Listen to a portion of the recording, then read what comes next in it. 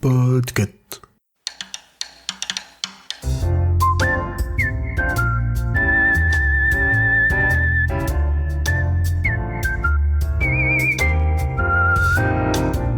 Bonjour, bonsoir et bienvenue dans ce tout premier club de lecture de Choix-Pitre qui sera sur le thème « Un livre lu cet été ».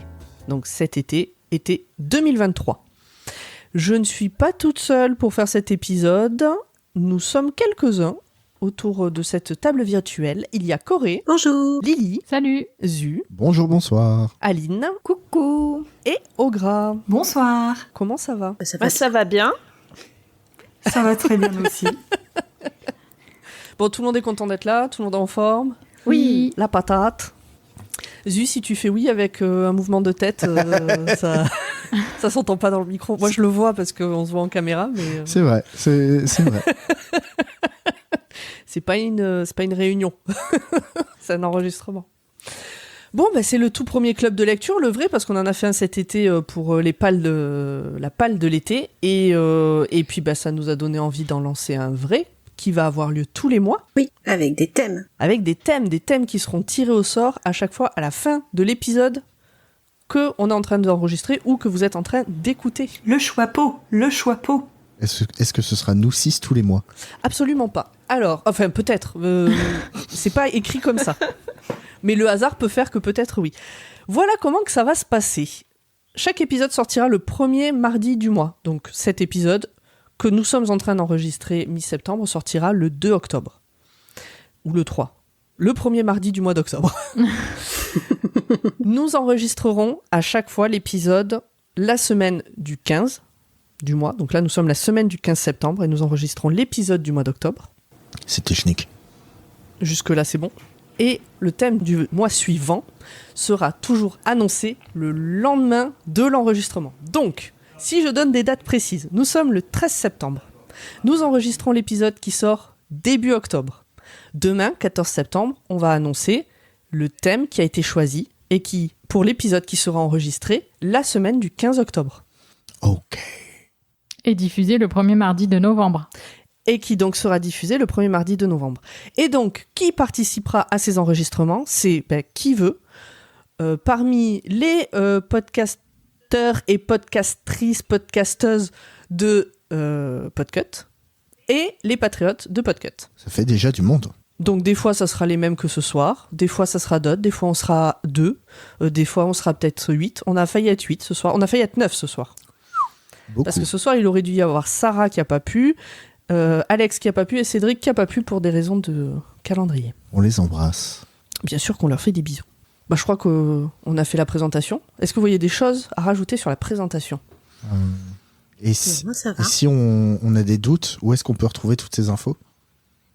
Oh là là, mais alors si vous avez des doutes, n'hésitez pas à venir poser des questions sur l'Instagram de Choix-Pitre, @Choix-Pitre, ou sur le Discord de Podcut. Yeah. Les liens sont dans la description de l'épisode, bien évidemment. Vu que c'est pas moi qui m'en occupe.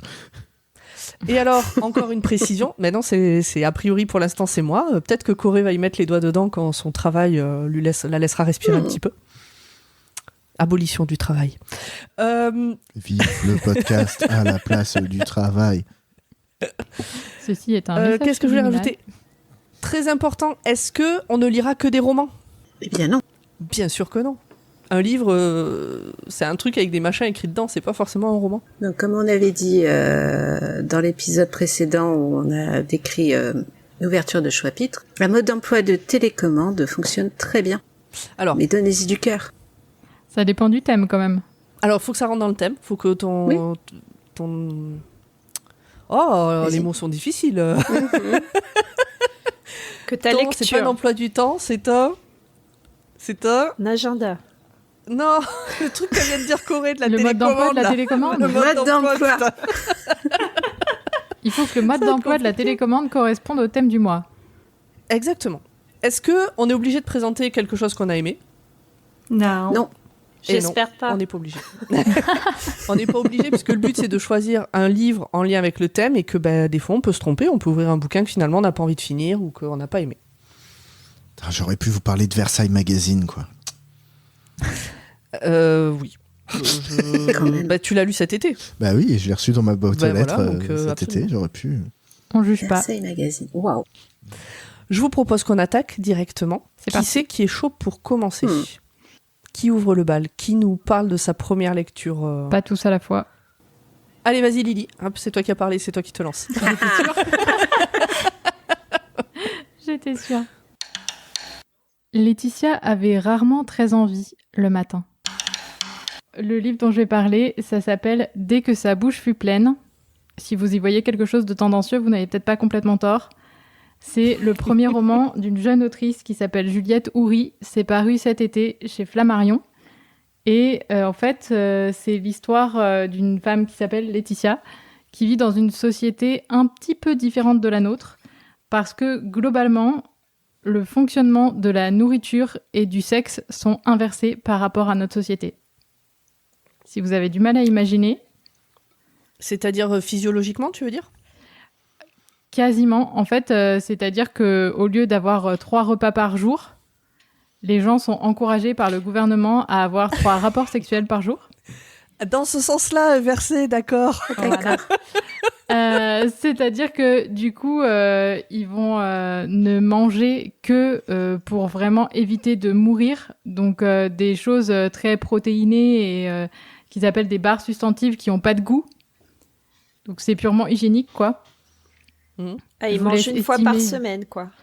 Ouais, ou plus que ça quand même, mais je vous laisse estimer l'équivalent hygiénique, que ça peut représenter. Par contre, ils vont avoir des rapports sexuels comme quelque chose de social, c'est-à-dire par exemple à la pause du midi avec ses collègues. Et on appelle ça passer en banquette, comme on passerait à table dans notre société. D'accord. Et C'est du ça team se pratique building, avec tout son entourage. Ok. Et en fait, ce qui m'a donné envie de lire ce livre, c'est vraiment de me dire comment elle tient la métaphore sur tout un livre. Parce qu'une fois qu'on a dit ça, ça paraît rigolo 2 minutes, mais qu'est-ce qu'on en Non, fait? moi là, je suis déjà en train d'imaginer les repas de Noël, les trucs comme ça. Oui, C'est très j'étais bizarre en là-dessus fait. aussi, c'est très sale. Mais c'est Là, ça. on tombe sur des trucs vraiment chelous. Ouais, je savais que ça allait vous générer des images. C'est pour ça que j'ai choisi celui-là. Je me suis dit, ça va être très rigolo. J'ai une pensée En fait, pour mes collègues. Voilà, pensez, Ouais, putain, pensez ouais. bien à tout votre entourage, à toutes les situations. Si vous voulez des images malaisantes, c'est le moment. Mais en fait, le livre est pas tant que ça malaisant. C'est surtout déjà assez drôle. Il y a une certaine ironie sur l'organisation de la société. Ça fait réfléchir à pas mal de trucs. Une fois qu'on se rend compte de l'absurdité de certaines choses dans le texte, on se rend compte aussi de l'absurdité de certaines choses dans nos modes de fonctionnement à nous. Et puis, sur le fond, au-delà du fait que ce soit relativement amusant et que ça permette aussi des expressions rigolotes, parce que elle va inventer des insultes, des expressions du quotidien qui sont liées à cette société et à ces différences avec la nôtre. Et puis des éléments, par exemple, faire ses courses. Qu'est-ce qu'on achète du coup? Qu'est-ce qu'il y a dans les supermarchés? Comment sont organisés les rayons? C'est forcément très différent.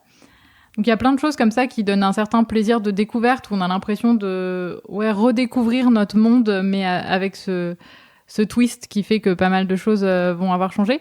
Au-delà de ça, sur le fond, c'est quand même une réflexion sur les relations entre les êtres humains, sur le contrôle du corps, et en particulier du corps féminin, sur les injonctions sociales, sur les tabous, sur notamment tous les tabous liés au plaisir. Puisqu'ici, c'est plutôt donc, le plaisir de manger. Manger, c'est quelque chose qui ne se fait que dans l'intimité, avec des gens très proches. Quelqu'un qui va aimer cuisiner, qui va être gourmet ou gourmand, va être perçu comme une personne un peu de mauvaise vie. Donc très vite rabaissé ou objet de soupçon par son entourage. Et le personnage qu'on suit va justement faire l'apprentissage, la découverte du sens du goût. Et ça donne lieu à des super descriptions hyper sensorielles avec plein d'adjectifs, des métaphores, des images bien trouvées sur les sensations, les textures, le goût, les parfums, etc. Et c'est aussi intéressant parce que nous, on n'y réfléchit pas tout le temps, forcément, on a l'habitude de manger, donc on se penche pas forcément sur le détail de ce qui se passe pour nous quand on mange. Et en plus, c'est rarement exprimé littérairement, je trouve. C'est un sens qui est assez peu développé dans les descriptions d'habitude. Quand on a des descriptions dans des livres, c'est plutôt des choses qui vont faire appel à la vue, à l'ouïe, éventuellement au toucher ou à l'odorat dans le parfum de Suskind. Mais à part ça, voilà, le goût est assez rarement employé. Donc c'est intéressant de voir comment littérairement elle arrive à déployer tout un champ lexical autour de ça. Et puis, c'est un parcours d'émancipation féminine quelque part, et ça fait aussi écho à des systèmes oppressifs qui existent chez nous, malheureusement, et à des agressions, à des micro-agressions aussi du quotidien qui existent et qui sont retranscrites, voilà, avec le recul. C'est un peu comme dans une dystopie, finalement, l'écart par rapport à notre société est une façon de mieux réfléchir politiquement à nous, ce qui se passe pour nous, quoi. Donc j'ai trouvé ça vraiment chouette. Tout le passage là que tu viens d'expliquer sur les descriptions, sur les goûts et tout ça, ça me fait penser à la série que tu avais conseillée, Zu, la série espagnole. C'était Foodie Love. Ah, c'est trop bien. C'était une série HBO España qui n'est malheureusement plus sur Arte TV. Ouais. Bon. Voilà. Ouais, elle reviendra peut-être parce que c'est un peu cyclique sur Arte, et ouais, moi je l'avais découverte aussi quand elle y était, et c'est super chouette. Ça donne envie de manger de bonnes choses et d'être amoureux en le faisant. Absolument.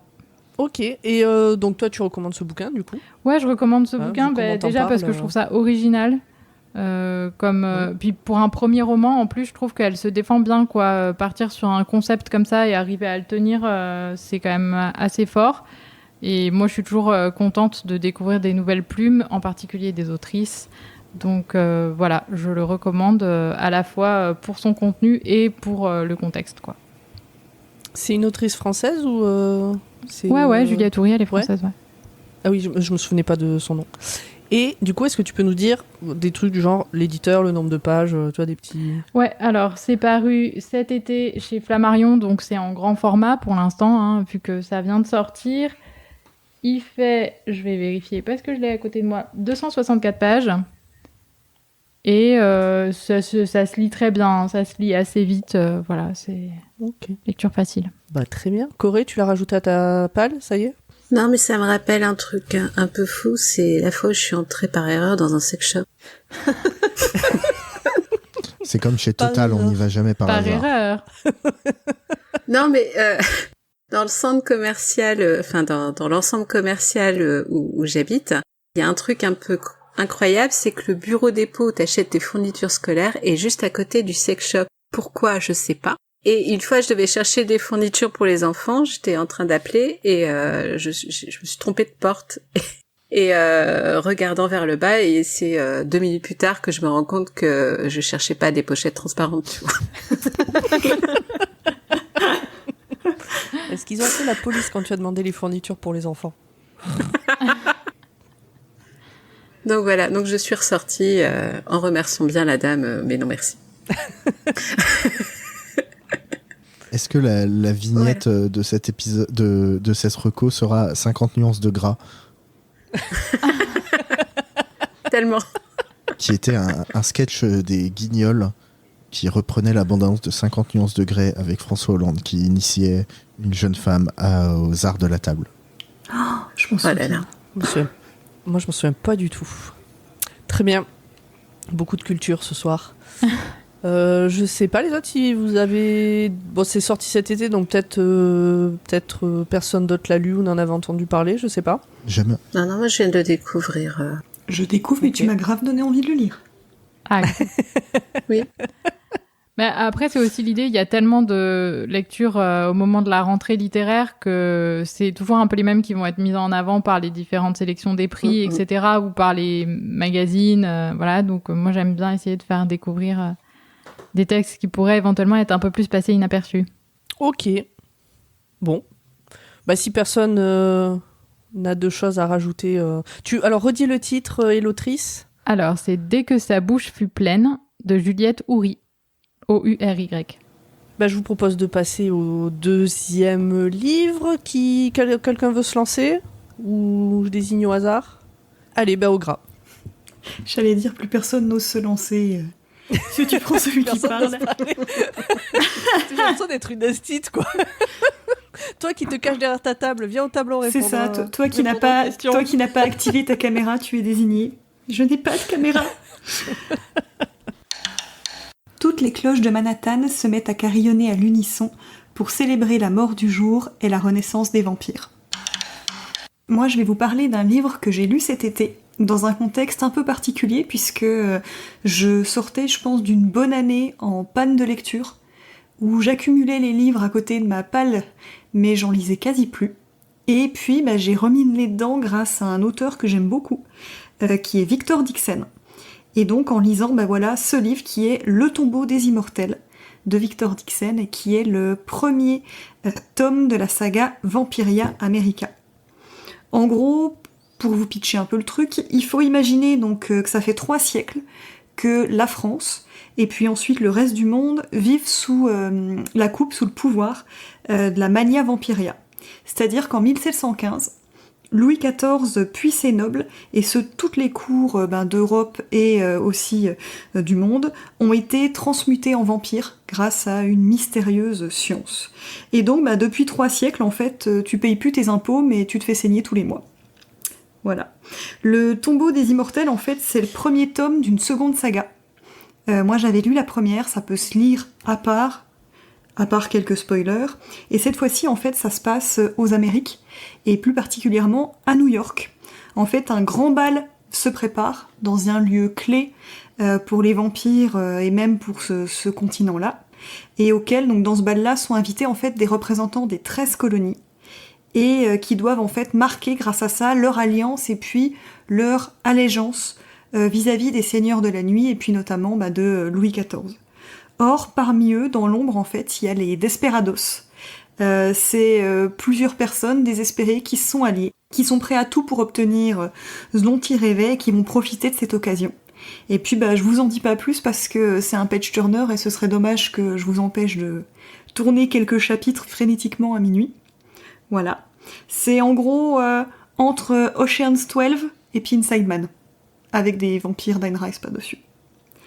Alors voilà, donc ce que je disais, c'est que ça peut être lu indépendamment de la première trilogie. La première trilogie, elle se passe grosso modo en France. Et on découvre ce fonctionnement de la mania vampiria. Celui-là, je l'ai beaucoup aimé parce qu'il a une écriture, et je pense que c'est pour ça que ça m'a débloqué niveau lecture, qui est très cinématographique. Victor Dixon, il aime les séries, et ça se sent quand on le lit. Un chapitre, ça s'enchaîne comme un épisode de série TV. Ça se finit avec des cliffhangers qui fait que tu lis tout de suite la suite. Et puis, il a ce don, en plus, d'être toujours un petit peu sur le fil du too much. Il en mettrait un peu plus, tu décrocherais en disant c'est n'importe quoi. Mais moi, j'ai toujours l'impression qu'il est pile là où il me surprend, mais où je suis contente de le lire. Donc moi, c'est un auteur que j'ai découvert en festival, aux Imaginales d'Épinal. Et ça a été un gros coup de cœur parce qu'en plus c'est quelqu'un qui vit, c'est un globe-trotteur. Dans mes souvenirs, il vivait entre la France et les États-Unis.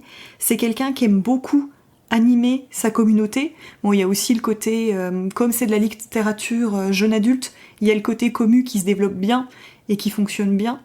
Et du coup, il a ce truc de pour la sortie de ce tome-là, par exemple, il y a un bal vampirique qui était organisé à Paris. Il va faire les dédicaces en costume. Et c'est plein de petits détails qui me font un peu retomber dans ce que j'avais énormément aimé, toute comparaison au niveau de la thématique gardée, avec ce qui avait pu se monter autour des Chevaliers d'Émeraude d'Anne Robillard au Québec, qui a une vraie communauté aussi là-dessus que j'avais trouvé super intéressant. En plus, il a un côté qui est multivers, c'est-à-dire que là, il y a la première saga de 3 tomes, là, il y en a une donc qui, je suppose, c'est pas dit, fera peut-être 3 tomes, il en a prévu 12 au total, donc on a le temps. Il a des BD, il a des jeux, il y a un jeu de tarot, enfin, c'est un truc assez ouf, et j'aime beaucoup comment ça se met en place, et le fait de pouvoir lire indépendamment les différents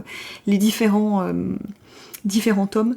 Et puis, en plus, il y a des vampires, ils sont méchants, et ça m'avait un peu manqué, parce que j'ai lu beaucoup de chick lit où les vampires ils sont pas méchants, et j'avais envie de retrouver des vampires vraiment méchants. Il y a vraiment ce côté page turner qui fait que voilà, il y a plus d'une fois où je me suis couchée passé minuit alors que j'avais dit que j'étais sage et j'ai pas été sage et j'ai lu beaucoup trop tard. Donc voilà, c'est des livres pour jeunes adultes, mais qu'on peut aussi lire quand on n'est plus si jeune adulte que ça. Et je l'ai trouvé vraiment, il m'a bien accroché comme divertissement, c'était très très cool. On est d'accord que cette catégorisation jeune adulte, elle est un peu pétée, non ? Elle est commerciale. Oui. clairement. C'est comme c'est la ça, chiclite, c'est commercial. Alors, chiclite, j'en avais jamais entendu parler, c'est la première fois. Littérature de poulette. Ah, d'accord, oui, j'avais C'est pas traduit. quand Ok. ils arrivaient plus à mettre que des vampires dedans, du coup c'est passé de la bitlite à la chiclite. C'est le New Romance qu'on appelle aussi. C'est l'appellation moins ok. classe. New Romance, j'en ai entendu parler. J'ai dû demander à ma cousine de m'expliquer, mais j'en ai entendu parler. Ok, bon, bah, ça a l'air d'être une reco, hein, si tu nous parles de Patch Turner. Ah bon, je t'ai laissé entendre ça. Oui, si, je l'ai C'est connu. soit que ça t'a beaucoup plu, soit que ça te saoulait, qu'il te tardait de finir. Bon, c'est Non, dans non, l'autre, non, en fait, non, du coup. Ok, et donc les autres, pareil, vous avez déjà entendu parler, déjà lu Il me semble que Victor Dixien, j'ai déjà lu un de ses livres, mais je suis incapable de dire... Phobos. Je crois que ça devait être le premier tour de la première saga. En gros, Je suis pas c'est sûre. simple, il a fait un truc où c'est plus ou moins une télé-réalité pour trouver l'amour en allant à Mars dans l'espace. Celui avec les Ok. vampires, là. Il a fait Animal, que j'ai pas encore lu, qui doit avoir un truc à la boucle d'or et les trois ours. Ah, c'est ça. Ça te parle? Voilà. Des choses à rajouter, les autres, sur ce sujet? Je suis en train de regarder la page Wikipédia de Victor, qui porte un très bon Et nombre sur de l'échelle de vampires, Twilight, évidemment. ça se situe à quel niveau? Ça se situe au niveau dénonciation de l'emprise et des violences. Mais vraiment, littéralement. Il y a 2-3 trucs comme ça qui sont retournés un peu et c'est très chouette. Ok. Ah, dénonciation. Oui, en un seul dénonciation, mot. oui, oui. Oui. Je l'avais entendu D' énonciation. Non, non. C'est-à-dire, ils disent. Ils ont pris une emprise liste et de puis ils trucs à passent pas autre chose. faire et ils se sont dit... Mais Non, non. il y a aussi un peu d'ésotérisme avec de la magie et Ah, je vais pas et spoiler. des vampires. Ok, très bien. D'accord. Ah ouais, c'est parce qu'on l'a pas dit, mais on va essayer de ne pas spoiler, puisque les autres n'ont pas forcément lu, puis vous non plus, donc... Il y a une nouvelle série Castlevania qui arrive dans pas longtemps, dans laquelle il y a des vampires très méchants et beaucoup de magie. D'accord. Bah tu nous en feras un watchlist. Je ne sais pas si ça a même pas déjà été fait, mais oui, pourquoi pas, avec plaisir. Oh, vous aviez watchlisté la précédente, non? Aucun souvenir. Puis on va pas regarder C'est maintenant. Pomme qui a la liste. Je n'ai plus la liste des watchlists. Sainte Pomme, éclaire-nous. Bah du coup, je suis en train de regarder. Après, pour reprendre la question au niveau Twilight, il y a quand même quelques trucs que j'étais contente de retrouver qui sont les clichés à la Twilight de il y a un vampire éternellement torturé. Voilà, il y a quand poète, même un ça, peu. voilà, c'est ça. Mais il y a des éléments, le fait qu'il soit passé 3 siècles a une influence aussi, puisque ça va dire des choses sur le monde tel qu'il aurait pu évoluer et qu'il n'a pas évolué, et c'est assez intéressant. Mais rassure-moi, le vampire vit la nuit et il a arrêté de briller en plein soleil. Oui, le vampire brûle s'il est en plein soleil et il ne peut pas s'empêcher de s'endormir quand la nuit tombe. Ok. Attends. Du coup, Non, il de vit le se jour. réveiller. Oui, attends, non, pardon, j'ai dit une bêtise. Quand le soleil se lève, il brûle et il s'endort. Voilà, Ok. c'est mieux dit ok. comme ça. Ok. Un vrai vampire, quoi. C'est ça. Avec des petits accents de modernité, il y a un vampire punk avec une crête. Ah, on les aime bien ceux-là. Mais oui, n'allez pas voir le dernier voyage du Déméter, vous serez déçus si vous aimez les vampires. C'est quoi? C'est un film d'horreur qui est sorti cet été. Enfin, ce film d'horreur, je mets beaucoup de guillemets, mais ça s'entend pas. Le Déméter, c'est le bateau qui a permis à Dracula de traverser de l'Europe à l'Angleterre. Ok, je m'en souvenais pas. Donc c'est ce passage très précis du livre. Donc je pense Ok. que ce que tu nous as recommandé, ce sera quand même vachement mieux niveau vampire. Niveau Est-ce vampire. qu'on en est à faire tous des recos avec des trucs de vampires? Parce que j'en ai une aussi. Ouais. Si, hein, tu peux y aller.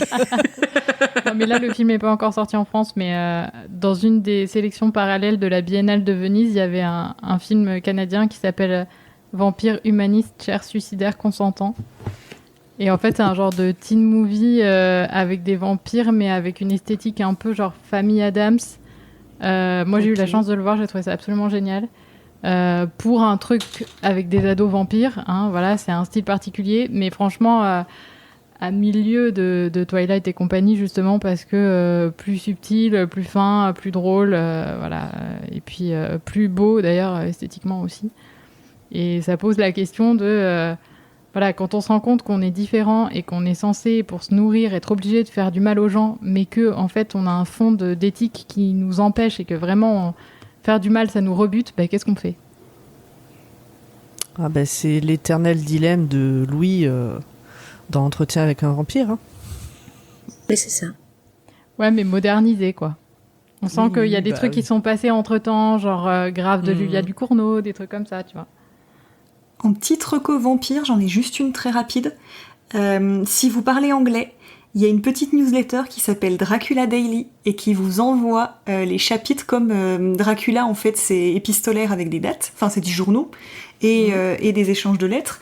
Et ben à la date où une lettre est censée être sortie, on vous l'envoie par newsletter. Sympa, Ok. ça. Et si vous... Bah, on mettra les liens en détail de l'épisode, ou alors venez sur Discord nous dire qu'il manque le lien. Si vous parlez anglais, il existe la même chose en fiction audio avec les épisodes qui sortent à la date régulièrement. Et donc, ce qui fait qu'il y a des épisodes qui font 30 secondes, d'autres qui font 20 minutes, parce qu'il y a certaines communications qui sont plus courtes que d'autres. Voilà, c'est vraiment pas mal. C'est aussi. les mêmes qui font les deux ? Non, c'est pas les mêmes qui font les deux. Et la fiction s'appelle RE, Dracula. Parce que c'est répondre à Dracula. Ok. Voilà. Aline, Corée, vous voulez rajouter une reco vampire puisqu'on y est ou... Bah, moi, je peux vous dire, ne perdez pas votre temps à regarder Dracula 3000, c'est nul. Toi, t'es sur une vibe, c'est nul sur cet épisode. Oui, bah c'est la rentrée. Ne faites hein. pas ça. Je l'ai fait pour vous, ne le faites pas. Ne le faites pas. La rentrée, c'est nul. Corée, tu veux rajouter Dans une autre saga livre qui s'appelle Magie Ex Libris, je vais arrêter de dire des E. C'est une saga qui tire le pouvoir de ses livres. D'accord ? Et donc des êtres fantastiques. J'attends que tu finisses de rire, sinon je vais pas pouvoir me concentrer. Mais c'est pas du rire de moquerie. Je trouve ça mignon que Ah, tu je essaies sais. de pas dire eux. Mais c'est mignon, c'est que visuellement, vous remplacez les E par des clignements d'yeux. Mais le corps a besoin de faire quelque chose. Je comprends. Et c'est plus discret. Ça fait Dans moins de bruit. Magie Ex Libris,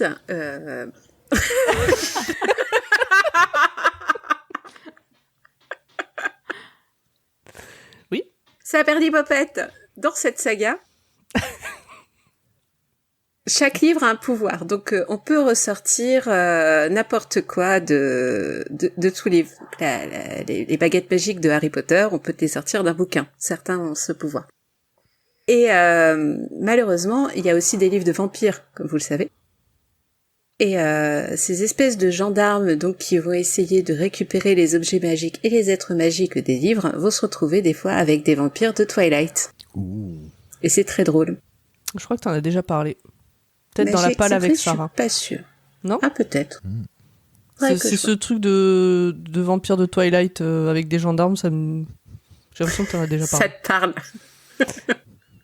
Ok. Est-ce qu'on a fait le tour des vampires ? Oh, jamais. Et toi, Pomme, t'as une reco vampire? Moi, reco vampire... Restons dans les classiques. Est-ce que vous avez lu Entretien avec un vampire ? Non, mais faites-le. Et Lestat le vampire aussi, d'ailleurs. C'est vachement bien. Oui, les stats est meilleur. Je sais pas, ça fait trop longtemps. Mais les deux étaient très bien. Je vous propose de passer à un autre bouquin, si t'as fini au gras. Sauf si t'as des choses à rajouter. Non, on peut clôturer le choix-pitre dans le choix-pitre. Redonne-nous du coup le nom du oui, bouquin et le nom de l'auteur. Du coup, c'est Le Tombeau des Immortels, aux éditions Robert Laffont, par Victor Dixon. Et le nombre de pages, je crois que je l'avais pas dit, c'est 600 pages à peu près. Bon, c'est un petit pavé quand même. Ouais, mais alors j'ai l'édition spéciale très belle, donc ça se trouve, ils ont un peu agrandi les lignes pour que ça fasse un beau pavé. Ok. Qui prend la suite? Zu, t'es chaud? Toujours. Même si je sais pas combien il fait de pages le livre. C'est pas grave non plus, c'est une info, mais c'est pas Si, ça y est. primordial. Dis le titre et on C'est va pas l'info chercher. la plus importante. 125 Alors, pages, c'est attends. bon, tout va. On va en parler. L'impuissance. Elle m'a longtemps tenté. C'est ma sirène d'Ulysse face à un monde dont le plancher se dérobe sous nos pieds. Pour un soulèvement écologique, dépasser notre impuissance collective, par Camille Etienne. Alors, cet été, contrairement à toutes ces personnes autour de cette table virtuelle, j'avais 3 livres dans ma pile à lire. Je n'avais que 3 livres dans ma pile à lire. L'été ayant été chargé, je n'en ai lu qu'un, que je vous présente aujourd'hui. C'est fort sympathique. Les 2 autres étant quand même, pour les citer, quand même... même quand on gagne pas de prix, on est cité, c'est Sois jeune et tais-toi de Salomé Saké et le pouvoir rhétorique de Clément Viktorovitch. Ah oui, que des trucs un peu fun et légers, quoi. Bah oui, écoute... Des lectures d'été, j'ai envie de dire. C'était sur la plage, détendu. C'est ça, en terrasse à Paris. En général, j'aime bien lire l'été. Alors, je savais que j'allais péter un câble en lisant cet essai.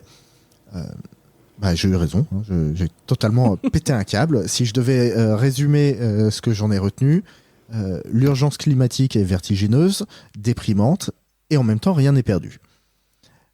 En effet, les travaux universitaires sur la désobéissance civique montrent que seulement 3,5% de la population peuvent suffire à renverser un ordre établi.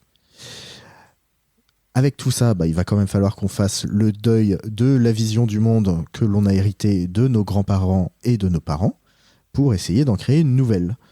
C'est un peu toutes ces réflexions qui sont traversées dans cet essai donc, de l'activiste Camille Etienne. Alors, ce livre, c'est pas le petit guide du bon soulèvement citoyen, hein, c'est une réflexion sur comment on en est arrivé là et pourquoi la pire décision qu'on peut prendre, c'est de ne pas prendre de décision, en fait.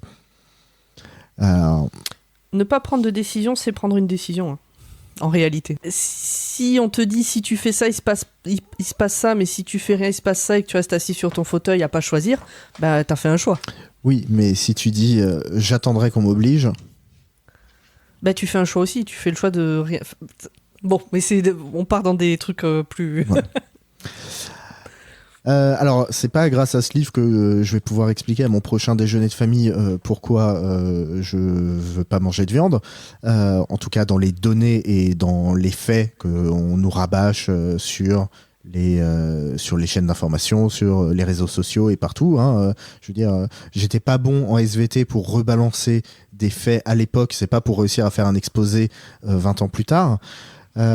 Mais en attendant, je vais pouvoir recommander et prêter cet essai qui va peut-être permettre à quelqu'un d'autre de juste pas attendre qu'on soit parfait ou que le monde soit parfait pour s'améliorer dans ses actions climatiques.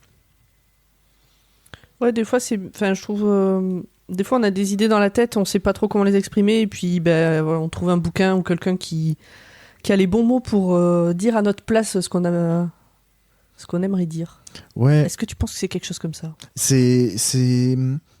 En tout cas, c'est un livre qui, au fur et à mesure où on le lit, on se revoit dans des situations. Là, je parlais du fameux déjeuner familial où on dit « Et pourquoi tu manges pas de viande ?» Bon. Ou avec des collègues à midi, ou ce genre de choses. Et sans nous donner des argumentaires tout faits ou des éléments, ça nous donne des postures ou des manières de l'aborder un peu différentes. Et en fonction du moment où on en est dans l'essai, y a des moments où tu as juste envie de de retourner la table et d'envoyer tout valser et de hurler, et d'autres où tu es plus maniéré.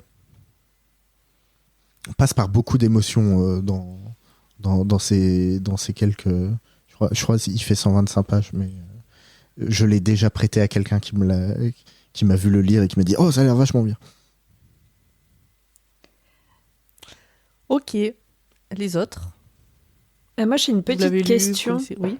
Est-ce que c'est un essai objectif ou c'est un pamphlet militant ? Quel est alors un essai objectif ou un pamphlet militant ? C'est pas un pamphlet militant dans le sens où tu t'encartes en rien. Enfin, à aucun moment on te dit ni de t'encarter, ni de rejoindre les mouvements, ni de comme je disais, de retourner ta table et de partir bloquer des pipelines et sauver les fonds marins. Ce qui est dit, c'est voilà ce qui est en train de se passer, voilà comment ça nous affecte et comment notre société réagit.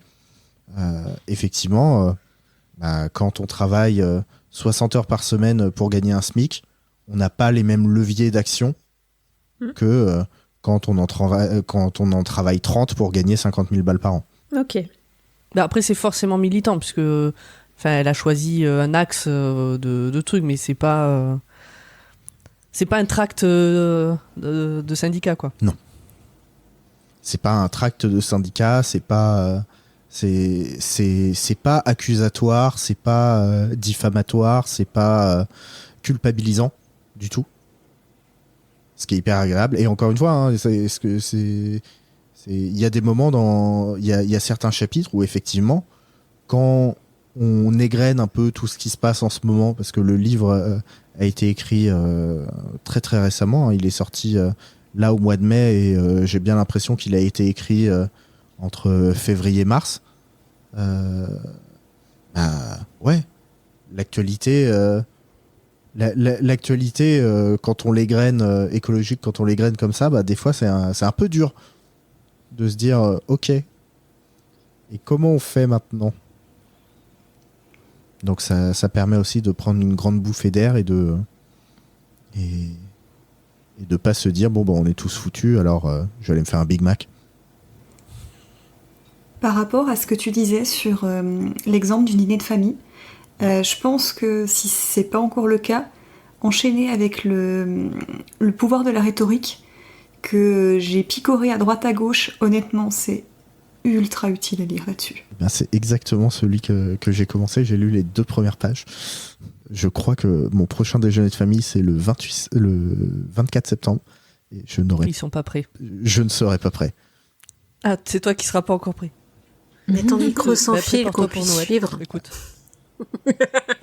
Alors, il y a un podcast qui s'appelle Super Green Me, qui est un peu ça, sur certains épisodes, notamment un épisode où c'est le dîner de famille, où le journaliste, en fait, dans Super Green Me, c'est l'inverse de Super Size Me, qui était un documentaire où quelqu'un allait manger McDo pendant un mois à tous les repas. C'est un podcast français. Hein. Et Super Green Me français. est un podcast français en français. La saison 2 va sortir bientôt. C'est fait par un journaliste qui s'appelle Lucas Caltriti.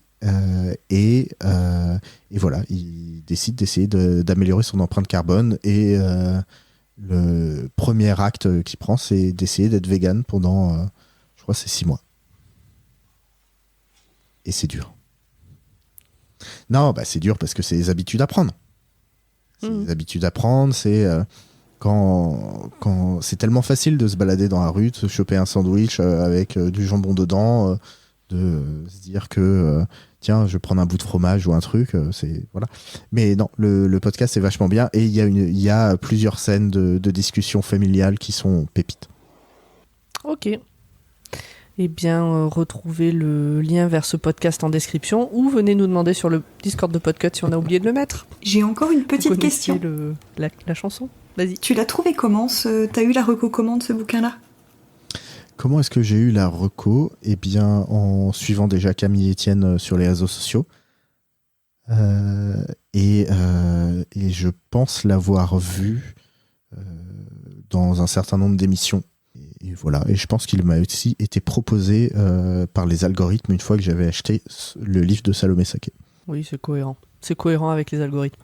Et voilà. Et c'est aux éditions du Seuil. Très bien. Est-ce que du coup, quelqu'un a quelque chose à rajouter sur ce livre ? Ou sur ce livre ou à côté de ce livre, hein, comme pour les vampires Moi, ça me rappelle, pareil, un livre un peu coup de poing comme ça, mais c'est une fiction. C'est Aquatm de Jean-Marc Ligny. Il dépeint une France des années 2030, donc comme quoi c'est très très proche. Et on a un climat quasi africain. Et donc il y a des tempêtes, même en Bretagne il fait chaud, comme quoi. Et on a des tempêtes, on a des ouragans, et le but du coup c'est de chercher des sources d'eau un petit peu partout. De la science-pucifiction. Pucifiction. Plusifiction, comme ouais. plus. Bah, comme plus Et ça trop. veut dire quoi? C'est plus trop de la fiction, là. en ce moment. Fiction. Ah, plusifiction. Putain. C'est comme la série Years and Years en fait. Je suis comme toi, Pomme, j'ai cru que c'était le latin pour puits, pour trouver de l'eau, Ouais. et que... Ah non, moi j'arrivais vraiment pas. J'étais sur genre c'est encore plus que de la fiction ou tu vois Ah non. c'est plus. C'est pas comme la crucifixion, c'est pas la Non, plusifiction. c'est pas un genre littéraire la plusifiction. Non. C'est juste que c'est plus tellement de la fiction à l'heure actuelle. Non, Ok. en auteur SF et engagé plutôt du point de vue écologique, Jean-Marc Ligny, c'est plutôt pas mal.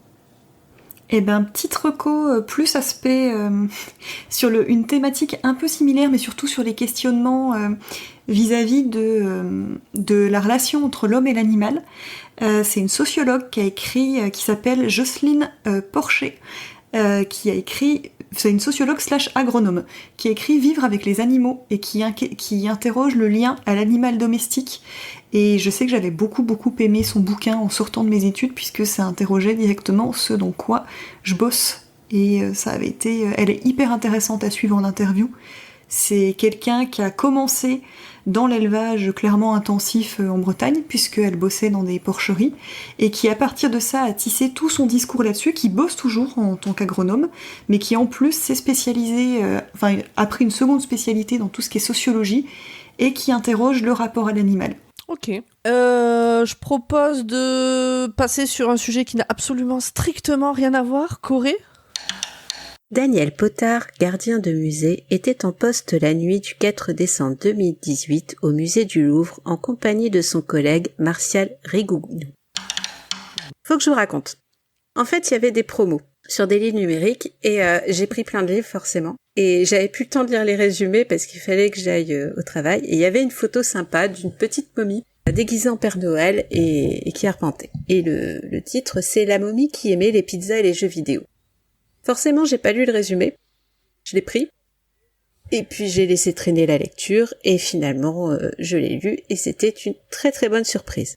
En gros, qu'est-ce qui se passe? Dans le musée du Louvre, il y a des momies qui s'échappent. On sait pas trop si elles sont volées. On sait pas trop si c'est la nuit des morts vivants qui arrive. Entre-temps, il y a un archéologue qui recherche des scarabées comme dans le film La momie. Et oui. Et qui disparaît. Et puis, dans une espèce de bunker souterrain, il y a une espèce de pas de secte, mais de groupuscule secret. Et c'est là qu'il y a une momie qui vient toquer à leur porte, en portant un chien momifié, et qui va découvrir les joies de la pizza et des jeux vidéo. Comment regrouper tout ça? Eh ben, c'est tout le livre. Dans un livre. On va avoir des moments très très drôles parce que forcément... Alors, j'ai mon téléphone qui sonne comme un goré, mais je ne sais pas pourquoi. Ça sonne un goré? Oui. Oui, Très bien. je pense. Je le cache. Il y a personne qui appelle, il s'est mis à sonner tout seul. J'ai Bonjour, pas est-ce compris. que vous êtes Enfin bon, intéressé bref. par la prime énergie? On va reprendre ça. Même pas. Alors, on va vous parler de quelques livres. Non. Donc, dans La momie qui aimait les pizzas et les jeux vidéo, c'est donc... On voit quatre personnages bien distincts. On pourrait penser que c'est juste un livre pour rigoler, mais non, il y a une vraie enquête qui se tient dedans, donc on est très très vite happé par cette disparition d'archéologues et pourquoi il y a des momies et pourquoi elles s'échappent de partout. Évidemment, il y a des moments très très drôles parce que on imagine bien qu'une momie qui découvre Paris en plein Noël, qui a froid, avec son chien et qui commence à avoir des dents qui breloquent et puis qui essaie de parler mais qui n'y arrive pas, et qui découvre le jeu Pong ou Space Invader, forcément c'est un peu plus marrant. Mais il y a aussi des vrais thèmes en fait dedans puisque on a par exemple des relations de parents-enfants qui sont plutôt toxiques et on analyse tout ça. Il y a aussi une analyse de ce qui peut se passer après le deuil d'une personne. Et puis à la découverte de la vie, parce que une momie enfermée dans un sarcophage pendant quelques milliers d'années, eh ben ça découvre la télévision par exemple, et c'est mignon. Donc voilà, donc c'est toute cette enquête, et tout dans ce roman, j'attendais vraiment rien en le prenant, puisque je l'avais pris pour l'image et le titre. Et au final, je pense que j'ai dû embêter à peu près tout le monde avec ce bouquin. Et voilà. Bah très bien. T'en avais parlé dans la palle avec Sarah. Oui, j'en avais parlé, et j'avoue que seul le titre, en fait, peut En même convaincre temps, les il gens. est tellement évocateur que... Oui, c'est ça. Tu te dis où tu tombes sur un vrai nanar, ou tu tombes sur une petite pépite, et là, effectivement, c'était vraiment Ok. pas mal. Ah, c'est léger quand même par rapport comme lecture. Parce que tu dis que ça aborde des vrais sujets, mais Oui. Alors oui, parce que c'est D'accord. vraiment en filigrane. Tu peux avoir, tu peux avoir la momie qui se plante et qui s'emperlificote dans ses bandages, parce que oui, les momies ont des vrais problèmes d'emballage, on va dire. Et puis te prendre une réflexion sur la vie et la mort, l'amour, la guerre, enfin tout ça. Et donc tout est vraiment bien dosé, c'est nickel. Et bon, juste la petite anecdote. La momie, vu qu'on ne sait pas du tout si c'est un grand pharaon, si c'est un grand sorcier, tout ça, la personne qui a recueilli la momie pensait qu'elle portait un chat momifié, donc elle l'appelait Amène ton chat. Voilà. Et quand on lit dans sa tête, ça passe, mais quand on lit à voix haute, on comprend, et c'est fini. t'en as C'est beaucoup fini pour parlé toi, de ce nom. Santage. Ah mais il est génial. Voilà. Donc, avec les E, le titre c'est La momie qui aimait les pizzas et les jeux vidéo. L'auteur c'est Olivier Cotte, c'est dans les éditions Le A, et ça fait 455 pages. Très bien. Ça fait très Adèle Blanc-Sec dans le speech.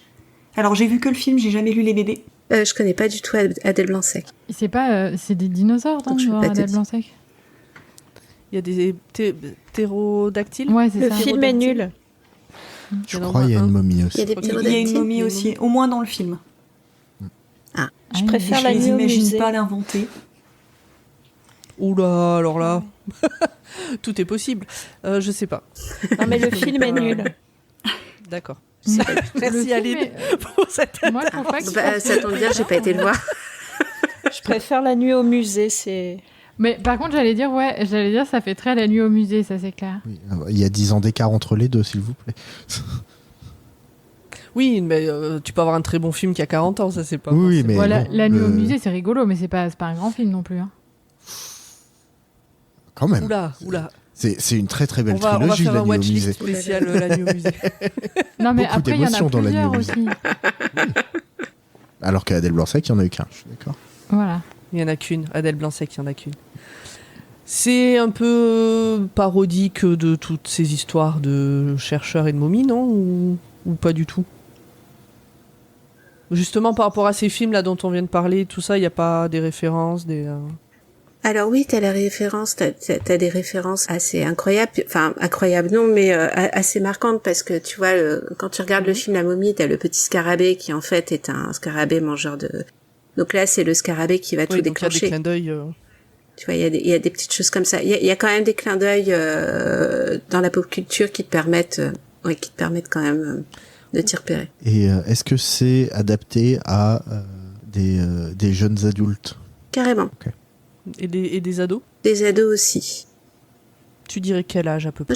Moi, je te dirais à partir de 12-13 ans, tu peux...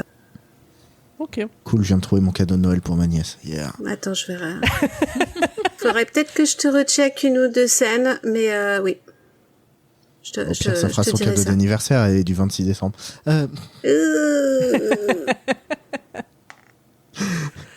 Le pire tonton du monde. Bah, sinon, je te trouverai d'autres livres pour ta nièce, t'inquiète pas. Je suis sûr que va y avoir Ah, ça y est, je perds mes mots. Va y avoir un club de lecture spécial cadeau de Noël. Ah bah oui. C'est pas encore prévu, mais ma foi, on peut en discuter. Un club de lecture spécial qu'offrir à des enfants, c'est pas mal non plus. Hein, parce qu'on Ah se bah pose alors là, souvent la ça semble, moi, question. je dis zéro culture. Alors, est-ce que là, on serait pas plutôt sur les éditions spéciales du dimanche qui n'ont pas encore de nom? Peut-être aussi. Mais ça donne les coulisses aux gens. Mais c'est ça, Ouais, non, c'est ça. n'en parlons pas en direct live. D'accord. Bon, est-ce que du coup, vous avez d'autres questions, remarques Qui est prêt à accueillir Amène ton chat éventuellement chez lui ou chez elle? Ouais, bah c'est-à-dire que c'est un chien en fait. Non, Amène ton chat, c'est la momie qui porte le chien momifié. Ah, c'est le nom du oui. chat, c'est le nom de la momie, oui, d'accord, j'avais pas saisi, oui. Pareil, le chien momifié n'aime que certains styles de musique un petit peu énervés. Sinon, il aboie tout le temps.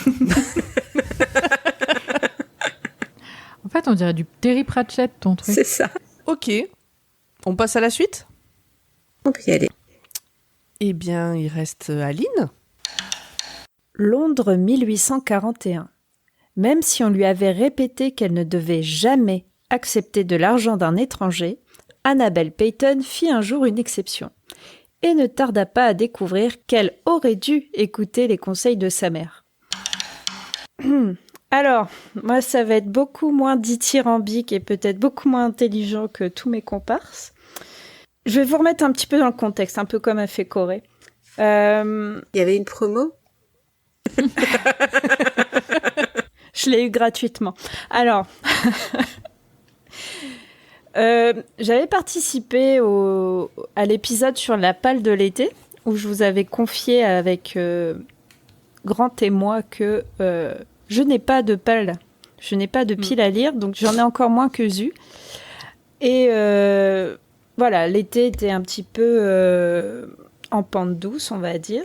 Et un dimanche, ma belle-mère me sort « Est-ce que t'aimes bien les chroniques de Bridgerton ?» Oui, la série, c'est pas mal. Elle me dit « J'ai une série de 5 tomes qui ressemble un peu aux chroniques de Bridgerton, je te les file. » Ça sent le traquenard. Fallait fuir. Mais non, mais je l'aime beaucoup, ma belle-mère. Elle est très gentille. Puis elle croit encore que je suis quelqu'un de trop gentil. Donc, enfin bref. Et donc, elle m'a filé les 5 tomes de la ronde des saisons. Et donc, j'ai commencé logiquement par le premier tome qui s'appelle « Secret d'une nuit d'été » par Lisa Kleypas. Alors, je ne connaissais absolument pas cet auteur.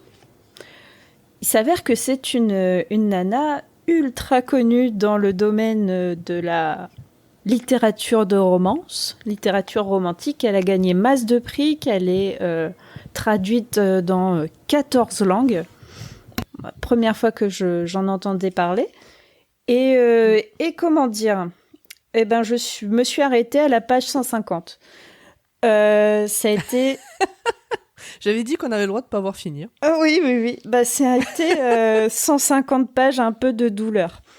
Déjà, dès la première phrase, comme vous avez pu l'entendre, c'est il faut pas accepter de l'argent d'un inconnu, il faut toujours écouter sa maman. Ok, d'accord, très bien. C'est moralisateur un peu. Très très bon conseil, toujours écouter sa maman. Et que dire, c'est un peu de la soupe, quoi. Ça m'a rappelé ce que je lisais quand j'étais ado, que ma grand-mère me refilait là, les livres Harlequin. Donc j'ai pas honte, mais c'est vrai qu'une fois je me suis endormie à 3h du mat la veille d'un contrôle parce que je lisais un Harlequin. Je voulais arriver à la fin. Donc je me suis rendu compte, en fait, quand j'étais ado, j'aimais bien ce genre de lecture. C'était peut-être aussi cette époque-là, les années 90-2000, où quand on volait un baiser à une fille, c'était romantique. Non. Voilà. Et donc, c'est un peu la teneur de ce genre de bouquin. Alors, peut-être, comme je le disais dans ma catchphrase, que j'ai mûri, parce que maintenant, voler un baiser, ce n'est pas mignon, c'est une agression. Donc, ça regorge de trucs comme ça.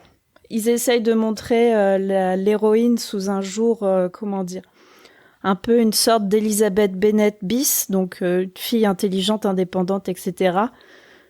Mais non, elle est juste... non. Non, elle a pas d'autre ambition dans la vie que de faire un bon mariage. Alors, c'est aussi révélateur d'une époque. Ça se passe à Londres en 1841, visiblement. Et... Alors, j'allais te demander quand est-ce que ça a été écrit, surtout. Ah, Parce que comment ça a l'époque où été ça se passe, écrit c'est une chose, mais quand est-ce que ça a été écrit? 2013. Le bouquin a 10 ans. Ah, ça a que 10 ans? Ouais. Ouais, parce que tu vois, tu m'aurais dit ça a été écrit dans les années 80. Bon, Voilà. Tu vois. Comme les harlequins de ma grand-mère. 2013, Mais hein. non. Ok. Non, donc ça... Voilà, je saurais même pas te dire si c'est bien écrit, parce que pour moi, c'est de la littérature de gare, hein, c'est un roman de gare. Forcément, ça doit plaire à plein de monde pour qu'elle puisse gagner autant de prix, cette dame. Mais voilà, je crois que j'irai pas au-delà de la page 150. Donc il reste 4 tomes, je sais pas comment les rendre à ma belle-mère. Mais voilà. Bah, garde-les un moment dans un coin, et puis elle les oubliera, et toi aussi. Et je lui referai à Noël. Tu lui poses discrètement. Pour lire le tome 2. Discrètement, tu le remets dans sa bibliothèque. Ah, L'air de rien, ouais. Bon, après, un roman de gare, tu dis c'est clairement un roman de gare, ça peut être un roman de gare très sympathique, ça c'est pas forcément... Oui, mais tu vois, dans la façon d'écrire, c'est pas... c'est pas stylisé, c'est... Enfin, si, ça doit avoir un style, mais... quoi. Voilà, c'est pas... C'est pas ton style, en tout cas. C'est pas du Victor Hugo, voilà. Oui. Après, ouais. Après, Victor Hugo, j'ai du mal à le lire, mais...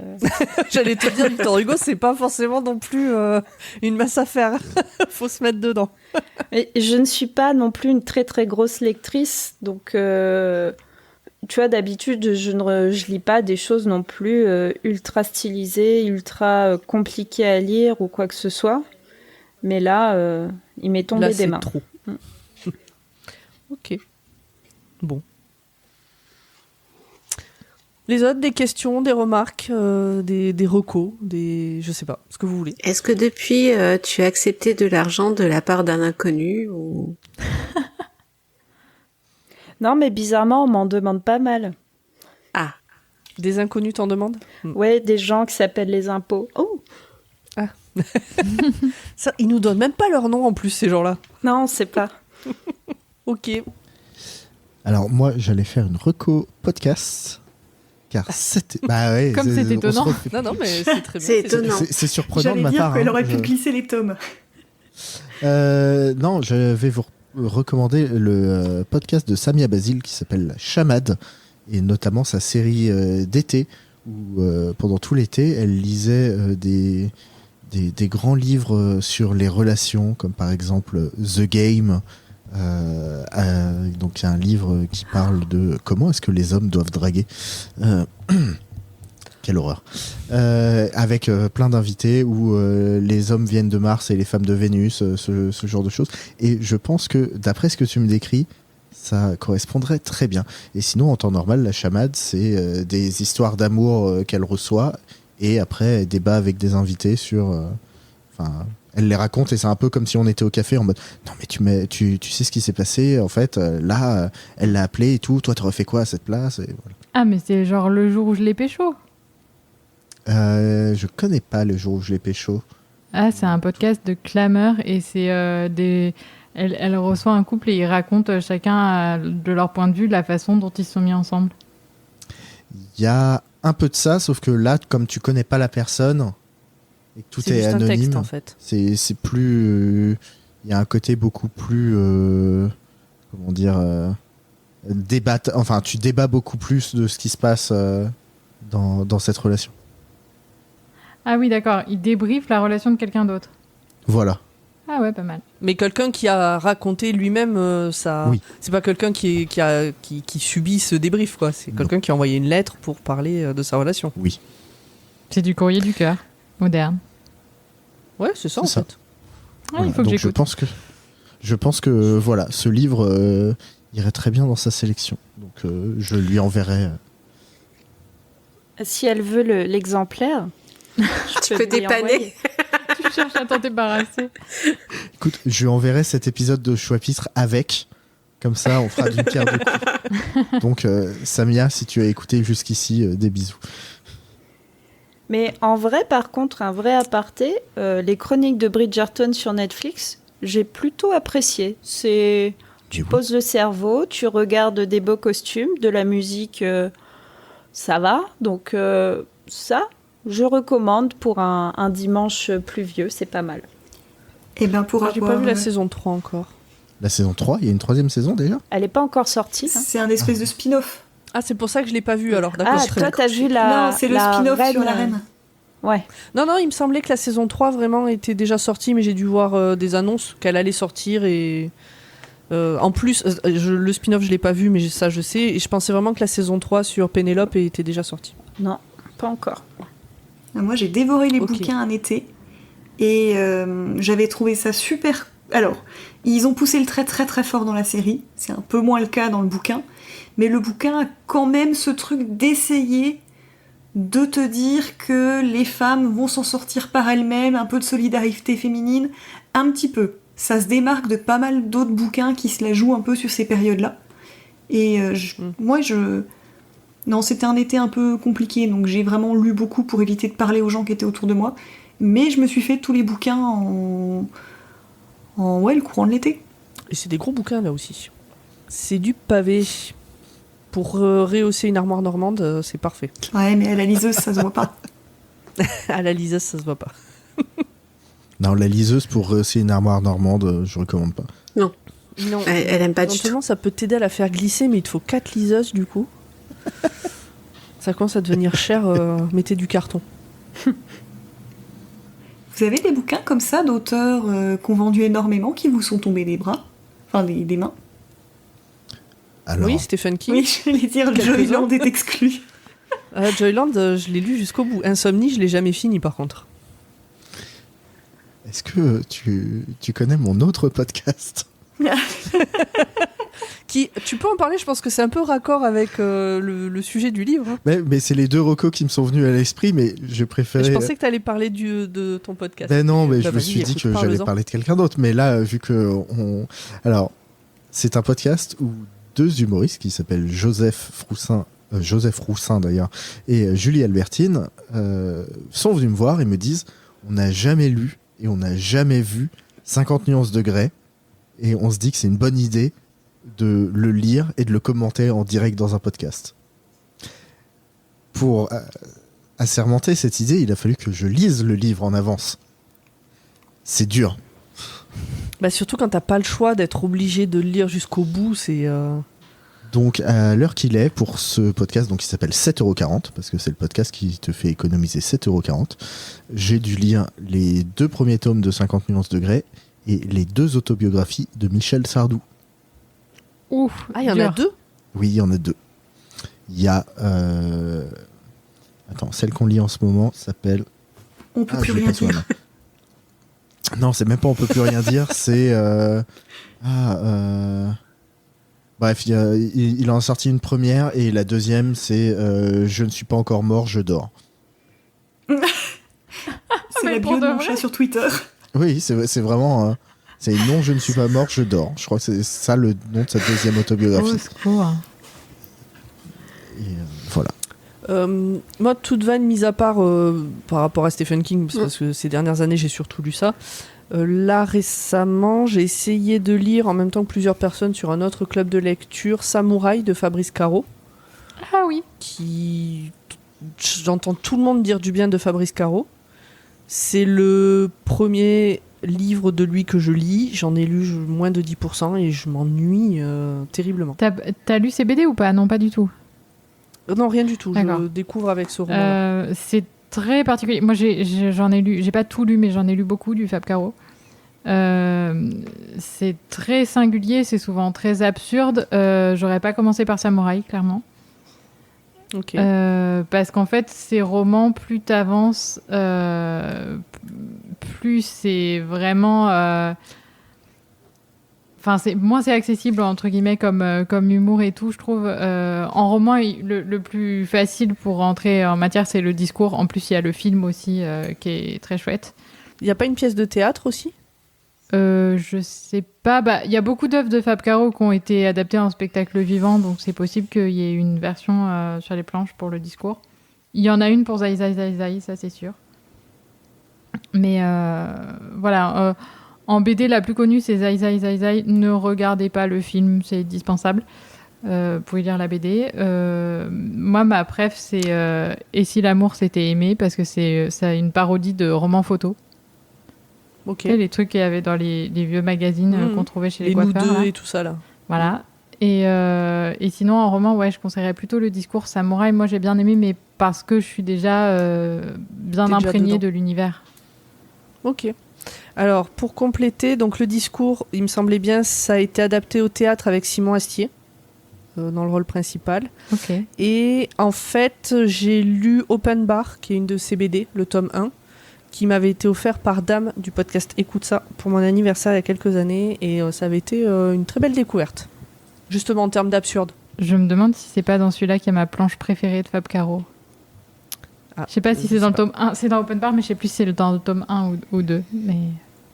Moi, ce que j'avais bien aimé dans cette BD, c'est qu'au début, c'est de l'absurde. Donc les premières planches, je me suis dit, mais qu'est-ce que je regarde ? Et en fait, de les lire les unes après les autres, ton cerveau, au bout d'un moment, limite, il sature d'absurde et tu te mets à rigoler, à vraiment rigoler sincèrement sur les planches. On s'est un peu éloigné du sujet. Ah oui, la question c'était est-ce qu'il y a des auteurs qui vendent beaucoup et dont les livres vous tombent des mains ? J'ai essayé de lire un Musso une fois, mais non.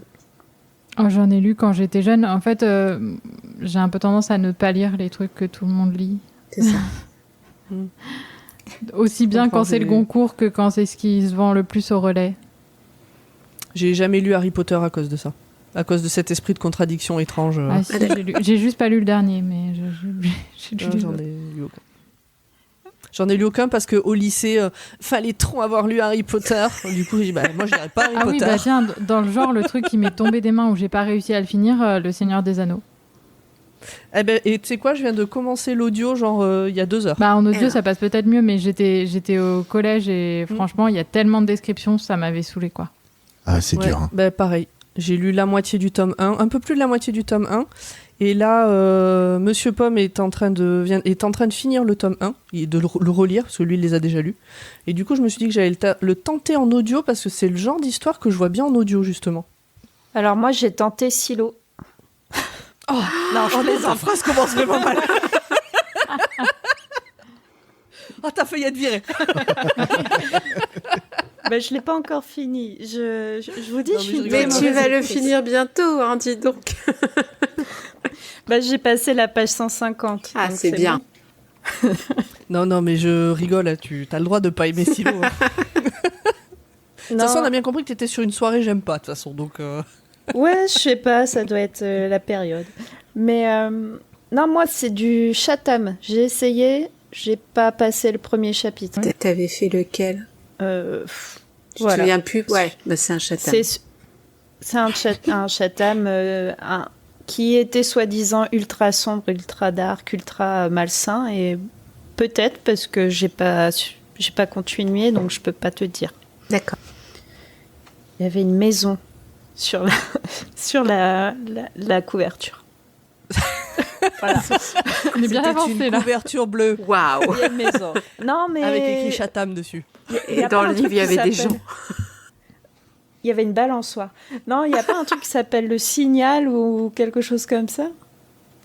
C'est de Chatham, le Signal ? Je suis pas sûre. Okay. Parce qu'il y a un roman qui s'appelle comme ça.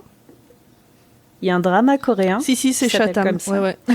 Ouais, c'est bel et bien Chatham, le Signal. Et c'est celui-là. Et la couverture, il y a une maison. Est-ce qu'il y a une balançoire ? Il n'y a pas de balançoire, il y a un cheval. Ah. Après, sur la version que j'ai trouvée, il y a Ah oui, il y a peut-être des versions en balançoires. poche ou en grand format, c'est peut-être pas la même chose. Exactement. Ok. Est-ce que vous avez des choses à rajouter sur les lectures de jeunes filles indépendantes, mais pas tant que ça, de la fin du 19e siècle ? Alors, peut-être une reco très vite là-dessus, mais je suis en train de lire, là je ne l'ai pas encore fini, un bouquin qui alors faut pas que je me trompe en m'en souvenant parce que j'en confonds toujours deux, qui parle des sœurs, je vais mal le prononcer, les sœurs Brontë. Oui. Ouais. Et je pense que c'était peut-être la même opération où les e-books étaient pas chers et où j'ai aussi pris à cause de la couverture, qui les imagine en enquêtrice. Oui. Et je m'attendais à une lecture un peu feel good et tout, et en fait ça rappelle vachement la condition de la femme à cette époque-là, à l'époque victorienne, et du coup c'est super bien et ça me surprend beaucoup parce que je m'attendais pas du tout à lire ça. Et voilà, il y a quelqu'un qui disparaît dans une maison pas loin de la maison familiale, et elles vont enquêter, elles vont devenir détectrices pour savoir ce qui se passe. Et c'est vraiment beaucoup de rappels à l'époque, à la place des femmes. Moi qui m'attendais à une Enola Holmes ou un truc un peu comme ça. Non, c'était très chouette. Enfin, c'est très chouette pour le moment. Ok. C'est sympa de se faire cueillir comme ça. Tu penses commencer un truc et en fait tu tombes dans autre chose, mais ça t'emballe encore plus. C'est clair. Comme Silo, je croyais que c'était un bouquin d'agriculture. Alors il y a des fermes. Dans le silo, il y a des fermes. Tu sais, si tu ne le finis jamais ou que tu ne l'aimes pas, c'est pas grave, je me vexerai pas. Hein. Non, mais t'inquiète, j'ai prolongé la location à la médiathèque. Aline, Silo. On truquera le tirage au sort pour avoir une thématique agricole. On s'arrange. Non, j'en suis sortie de ce milieu-là, c'est pas pour y retourner.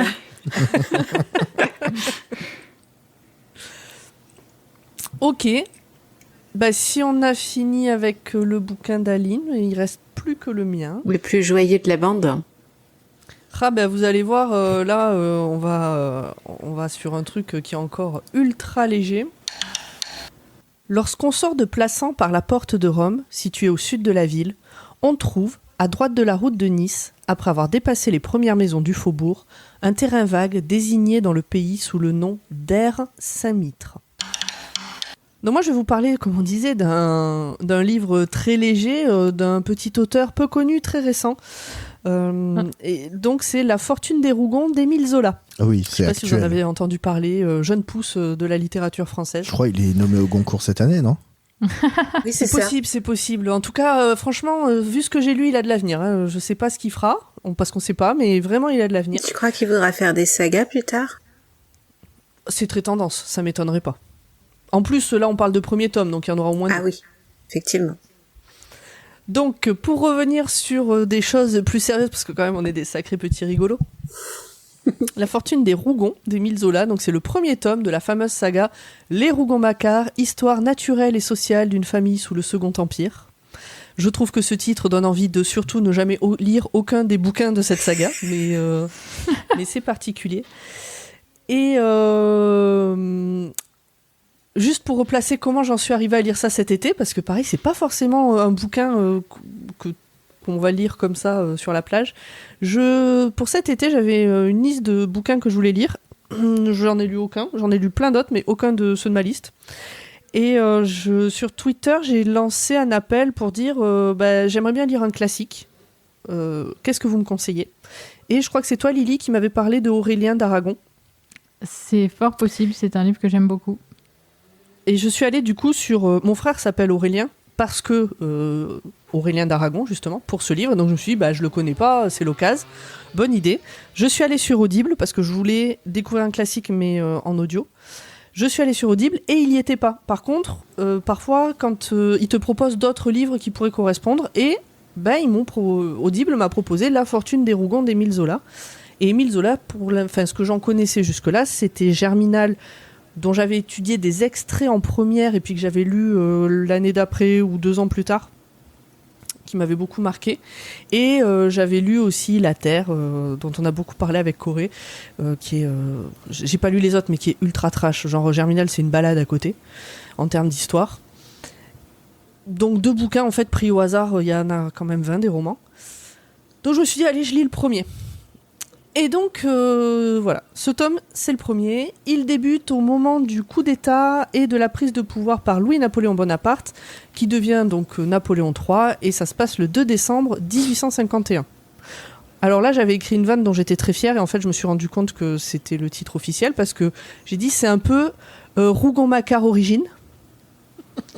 Genre à la Marvel, quoi. Et en fait, sur Wikipédia, il y a marqué les Rougon-Macquart ou les Rougon-Macquart, les origines. Ah, j'avais déjà entendu l'origine des Rougons, moi, tu vois. Bon, voilà, du coup, j'étais un peu déçue. Alors, pour vous dire de quoi ça parle. L'Aire Saint-Mitre, dont il est question dans la première phrase, là, que j'ai lue tout à l'heure, elle se situe à Plassans, qui est une petite ville imaginaire du sud de la France qui ressemble à Aix-en-Provence. Zola a grandi dans ce coin-là. Et l'Aire Saint-Mitre, c'est un cimetière qui est à l'abandon en 1851, dans lequel poussent des poiriers. Et en fait, c'est là que Silver et Miette, deux jeunes ados, mais alors des ados de 1851, donc c'est pas les mêmes ados qu'aujourd'hui, ils sont moins insouciants, enfin, des ados chez qui tout va bien, on va dire. Ils ont 13 ans, je crois, mais c'est plus des jeunes adultes à cet âge-là, à cette époque, que des ados, quoi. Bref, c'est là qu'ils ont pris l'habitude de se retrouver à l'abri des regards. Ils se font des promesses d'avenir, et c'est pour ce bonheur promis que Silver, arme à la main, est sur le point de rejoindre les insurgés républicains qui n'acceptent pas du tout le coup d'État du président élu. Donc Louis-Napoléon Bonaparte, qui était un président élu, et qui, sur la fin de son mandat, s'est dit que, en fait, il n'avait pas trop envie de rendre les clés de chez lui, là, je sais pas où est-ce qu'il était logé à cette époque-là. Toute ressemblance avec une situation actuelle, naninana. C'est ça. Non, mais j'en parle plus tard. C'est ce que j'allais dire. Et donc, du coup, voilà, il a fait un coup d'État, et c'est comme ça que, par la suite, il est devenu Napoléon III. Et donc, c'est comme ça que commence le Second Empire. Ça, c'est ce que je viens de vous dire. L'Aire Saint-Mitre, Miette et Silver sous les poiriers la nuit, qui se font des belles promesses d'avenir. Ça, c'est vraiment le tout début du livre. Et alors, pour savoir si Miette va réussir à convaincre Silver de rester avec elle au village au lieu de risquer sa vie, en fait, il va falloir se taper tout le bouquin. Parce qu'on se paye des allers-retours entre la jeunesse d'Adélaïde Fouque, qui va d'abord épouser Rougon, avoir un fils avec lui, Pierre, puis, une fois jeune veuve, avoir des enfants avec Macquart, avec qui elle n'est pas mariée. Donc ça se passe début 1800, du coup. Et donc avec cette époque-là, genre 40 ans avant, et la manière dont tous ces personnages évoluent, les enfants sont nés, comment ils évoluent, tout ça. Et l'autre période, c'est en gros les quelques mois avant ce fameux 2 décembre 1851. C'est pas un livre feel good. On passe plus de temps avec la génération qui précède celle de Miette et Silver, et ce sont pas des gens sympathiques. De plus, l'histoire résonne beaucoup avec notre actualité. Comme vous faisiez des petites vannes, on a un peuple qui a l'impression qu'on lui vole sa démocratie, un président qui ne veut pas lâcher la présidence, les rumeurs qui mettent le feu aux poudres, les riches qui s'en sortent dans toutes les circonstances, les moins riches et pauvres qui se font écraser par l'armée. Tout ça, c'est pas vraiment du spoil, parce que l'histoire des personnages est fictive, mais les événements qui sont relatés se sont vraiment déroulés. D'ailleurs, il y a des événements dans le bouquin qui sont... il place ces personnages fictifs dans les événements d'une petite ville qui est à côté d'Aix-en-Provence, j'ai oublié le nom. Mais donc, les événements historiques sont vrais, il les a pas inventés. Et puis on est dans un Zola, et puis si vous me sortez un bouquin de Zola qui fait un peu rire et rêver, moi je veux bien le lire. Donc contrairement à ce que ça peut donner l'impression, la manière dont je le présente, moi je suis vraiment ravie d'avoir écouté ce livre. Donc comme je vous l'ai dit, je l'ai découvert en livre audio sur Audible. Et justement pour tout ce que je viens de dire, c'est-à-dire qu'à la base je l'ai lancé en me disant je vais écouter un classique. Et en fait j'ai pas eu l'impression d'écouter un bouquin qui a été écrit en 1870. Ça résonne de ouf avec notre actualité, quoi, avec notre situation actuelle en France. Donc voilà, c'est un récit qui se prête bien à être écouté, je trouve. Il n'y a pas trop de descriptions péniblement longues et inutiles comme Zola sait parfois en faire. Je l'ai pas lu, mais je crois que ceux qui ont dû étudier Au bonheur des dames s'en sont jamais remis. Oh, j'avais bien. Et il y a... C'est pas le pire, quand même a priori. Ouais. L'Assommoir. Il y a quand même beaucoup de descriptions. Ah ouais, l'Assommoir est encore pire. Oh oui. Okay. Il le porte dans son titre. Bon, il y a quand même beaucoup de descriptions, mais bon, Zola, c'est un naturaliste, donc c'est logique qu'il plante énormément dans le décor de cette époque. Donc voilà, le bouquin a été écrit en 1870, l'action principale se passe en 1851, et en fait, donc 1870, ça correspond à la fin du Second Empire. Donc en fait, Zola, il a placé toute sa saga dans le Second Empire, qui venait de finir. Voilà. Qu'est-ce que je peux rajouter? Donc je vous l'ai dit, je l'ai écouté sur Audible, c'est produit par Sixthread, c'est pas produit par Audible, mais Audible propose de l'écouter chez eux. Il existe aussi en 2 CD. Sixthread le publie sous format CD. L'histoire dure 13h27. Elle est interprétée par Eric Herson Mackarel. Ceux qui sont des pros, des doubleurs, c'est un des doubleurs principaux de Daniel Craig. Et c'est le doubleur de Bruce Willis sur 2020-2021. En gros, sur les tout derniers films qu'il a fait, quoi. Voilà, le bouquin il est aussi disponible en e-pub ou en livre physique, et chez le livre de poche il fait 475 pages, et en e-pub en fait comme c'est un roman libre de droit on le trouve gratuitement. Oui. Et légalement. Bah oui. Gratuitement, légalement, et j'ai trouvé un lien, donc je mettrai dans la description de l'épisode le lien pour si vous voulez le télécharger pour le lire. Voilà. Est-ce que l'histoire est vouée à se répéter alors? L'histoire est un éternel recommencement. C'est ça. Non, mais ouais, c'était vraiment chouette à écouter. J'ai écouté la majorité du livre sur les 3-4 jours où j'étais sur Paris, donc en me promenant dans les rues de Paris. Je l'ai fini même en sortant d'avoir vu... comment il s'appelle ce film? Anatomie d'une chute. Exactement. Anatomie d'une chute. Donc film qui est pas feel good non plus. Clairement pas, mais il me semble bien que c'est ça que tu avais vu à Paris. Ouais, je suis allée voir ça parce qu'il faisait tellement chaud que je suis allée dans une salle de cinéma climatisée. 2h30 de clim. Et voilà. Exactement, le film était très bien, je regrette pas. En plus de la clim, le film était bien. Et ouais, donc en sortant de là, j'ai fini le bouquin et vraiment, j'étais... la fin en particulier, j'étais à fond dans mon écoute.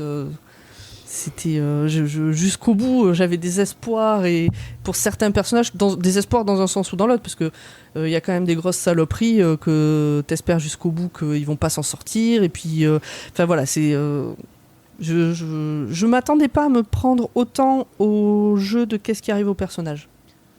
Tu m'étonnes qu'après ça on ait bu des bières. Est-ce qu'on s'est vu après ça, nous? Oui, je crois, hein. Oui, on s'est vu juste après. Je te rejoignais d'ailleurs quand j'écoutais la fin du truc. D'où ma phrase. Donc voilà. Étonnamment, c'est un bouquin que j'ai beaucoup aimé et que je recommande donc. De toute façon, Zola, tout le monde pense qu'il est inaccessible, mais pas du tout. Il faut juste trouver le bon. Ouais, franchement, moi, ça me surprend parce que bon. jusque-là, tous ceux dont j'avais lu des extraits en cours et tout, je me suis toujours dit, mais alors, lui, je vais le fuir comme la peste. Il y a des lectures aussi qui reviennent après coup. Je sais que j'ai détesté lire Madame Bovary à l'époque en cours. J'ai rouvert Madame Bovary un coup parce que quelqu'un m'en avait dit beaucoup de bien.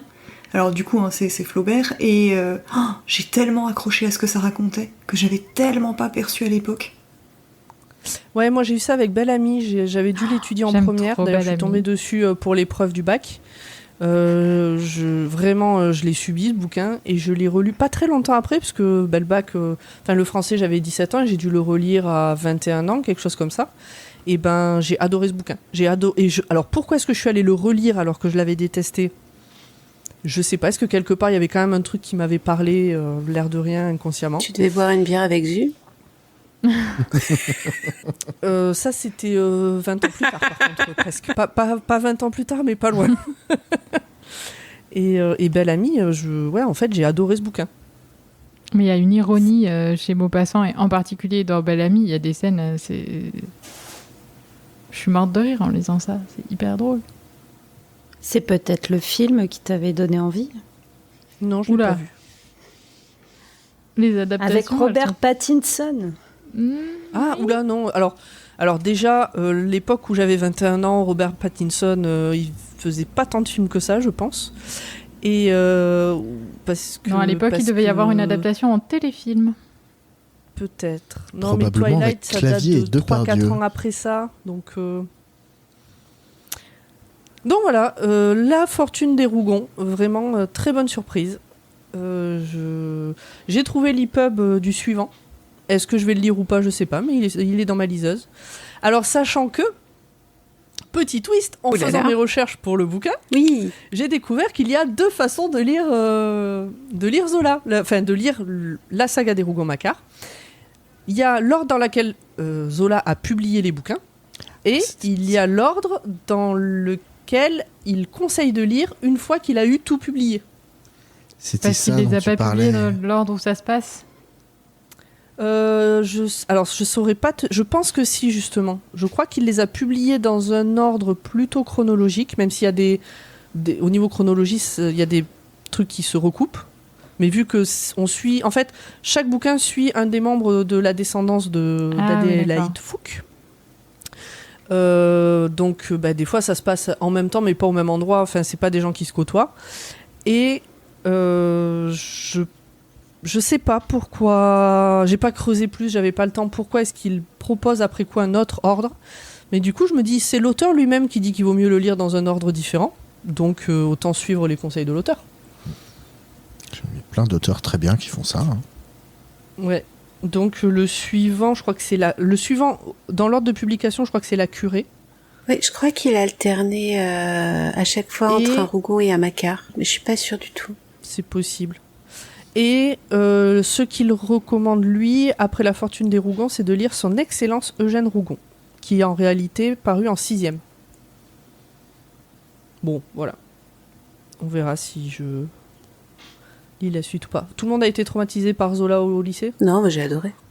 Non, moi j'ai bien aimé. J'ai enchaîné Nana et la bête humaine, et c'était terrible ce que ça raconte, mais je les trouve très accessibles ces deux-là. Je n'ai pas eu Zola. Nana, qui est donc la fille de Gervaise. Oui. Et Gervaise, on voit sa naissance dans La Fortune des Rougons. Elle est enfant. Et Nana, c'est la sœur de celui dans Germinal, il me semble.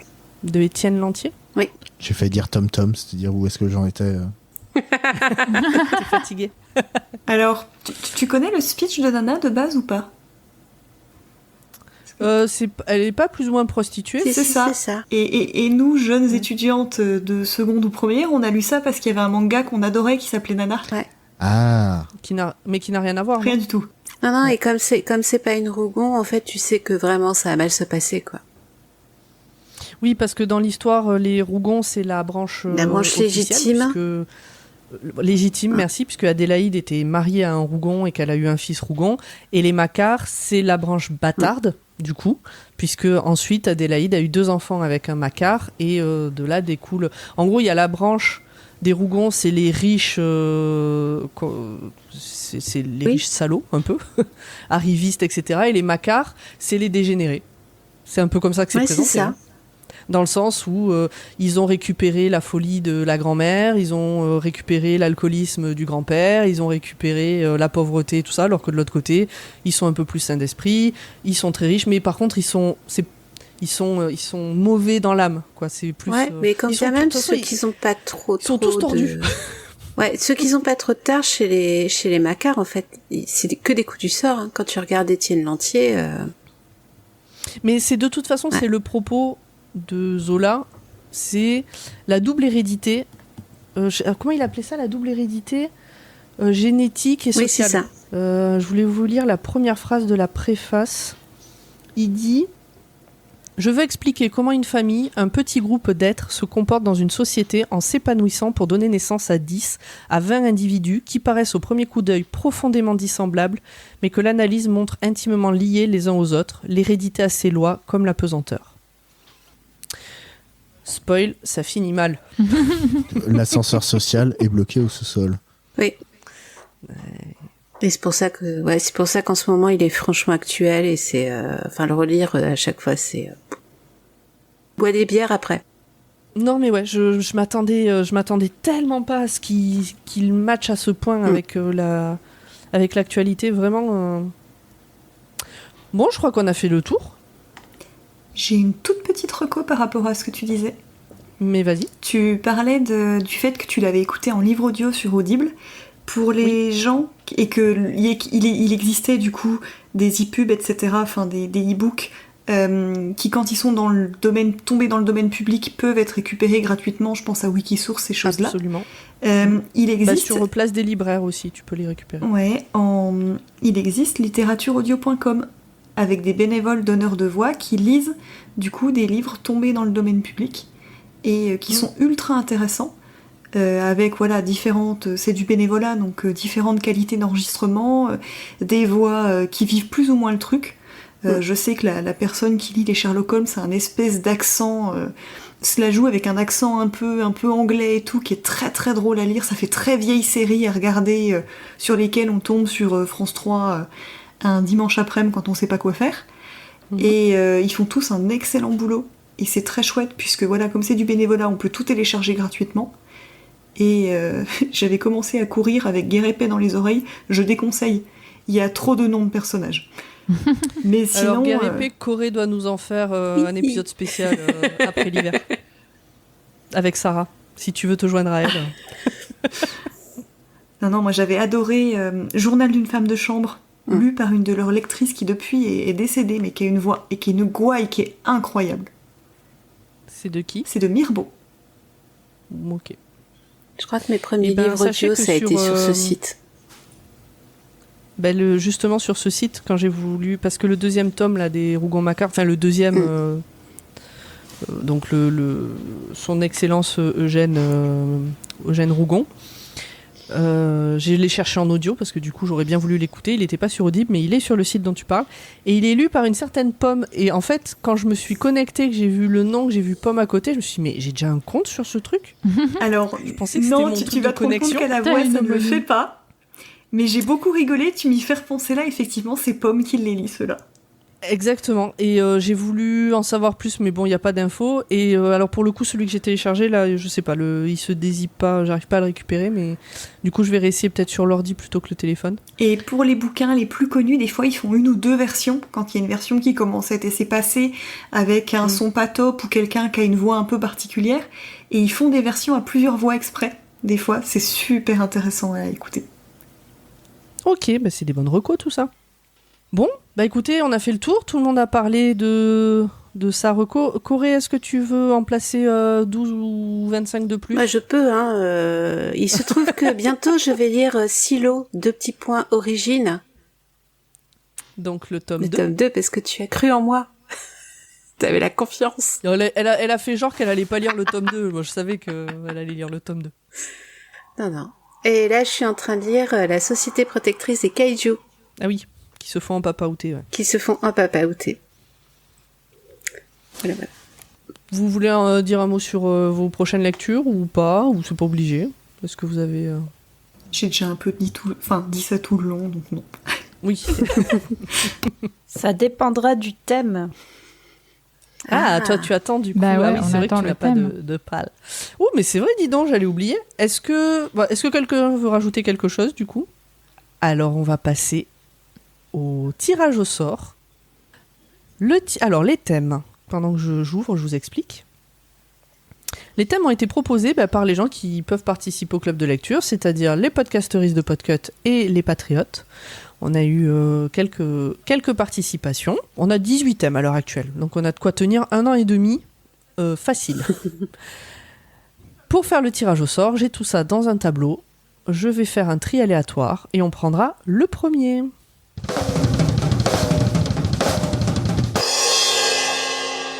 Est-ce que vous êtes prêts ? Oui. Il a été proposé par quelqu'un qui est connecté ce soir. En même temps, quasiment tout... Ah non, il y en a qui sont pas là ce soir. C'est un thème de haut gras. Oh.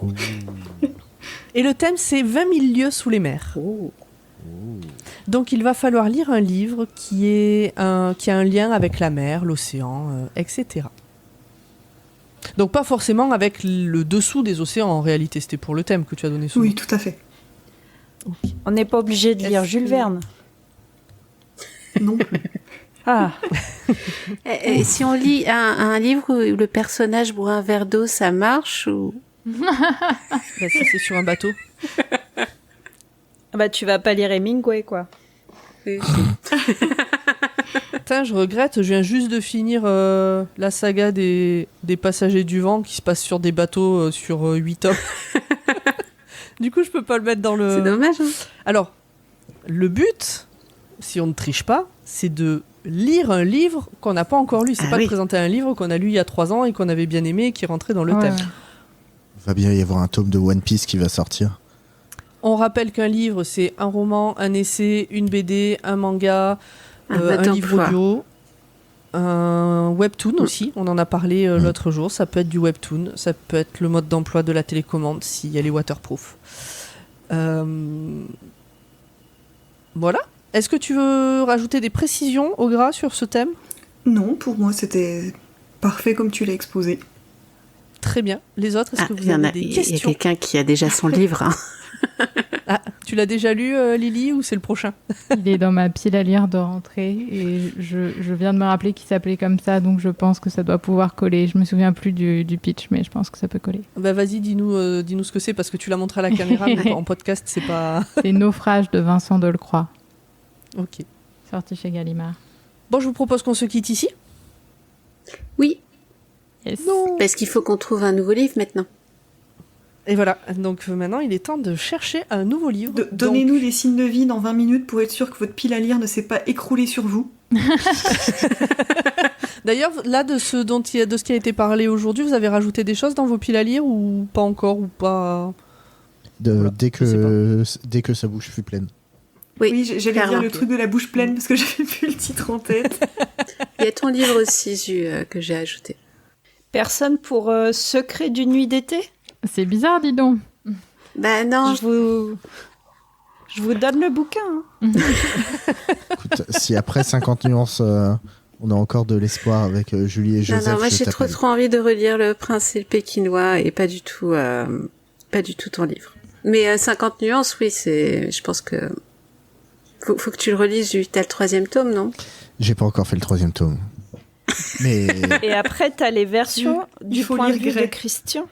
c'est ça, au lieu d'avoir une conscience intérieure, c'est sa bite qui parle.